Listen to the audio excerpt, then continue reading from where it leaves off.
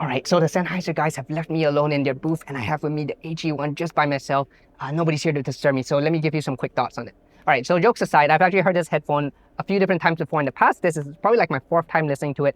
And whenever I listen to this headphone, I'm always reminded that this really is one of my favorite headphones. I always walk away and think, oh, do I really like it? And I come back and I hear it, and yes, it really is one of my favorite headphones. It just sounds so good. And I know that's that typical classic, audiophile idea where you gotta listen to like classical music or something that's really super well produced, like the Yoshi Horikawa Bubbles or something, right? But for me, I don't care. I want to listen to my K-pop, I want to listen to my J-rock, I want to listen to my alt grunge rock, whatever music on this. I don't care if you call me lo-fi for that. I just want to listen to music that I like, okay? And it sounds great on it. It makes me want to nod my head, makes me want to sing along. It sounds fantastic. This is an electrostatic headphone, but it does depth, it does punch, it does weight to the bass notes. It really does bass extremely well, considering it's open back, considering it doesn't have the big sub bass boost.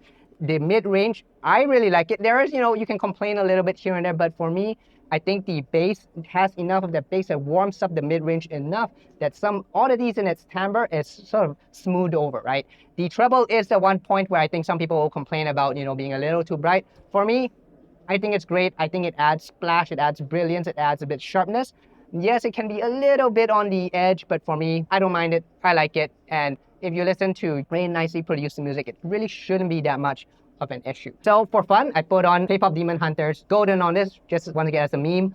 And honestly, it sounds really freaking good. Like that song on most of my gear sucks. It sounds super compressed. The mid-range is just like crushed. The bass is fine, but there's something about the recording on most of my gear just doesn't sound quite right outside of the movie context. But on this headphone, it sounds amazing. The bass notes really do come into play. Even though this is an E-stat, you get that weight, you get that impact, you get the slam that I was missing in my other headphones. And that mid-range clarity on this headphone, it allows it to really soar past that brick wall that I was hearing in my other headphones. I don't know what it is, but it really does that song justice on this headphone. Soundstage on this is surprisingly intimate. You don't get that big wide soundstage like the HD 800S, despite that sort of 2K dip in that region, which is fine to me. I like the more intimate sound of this headphone.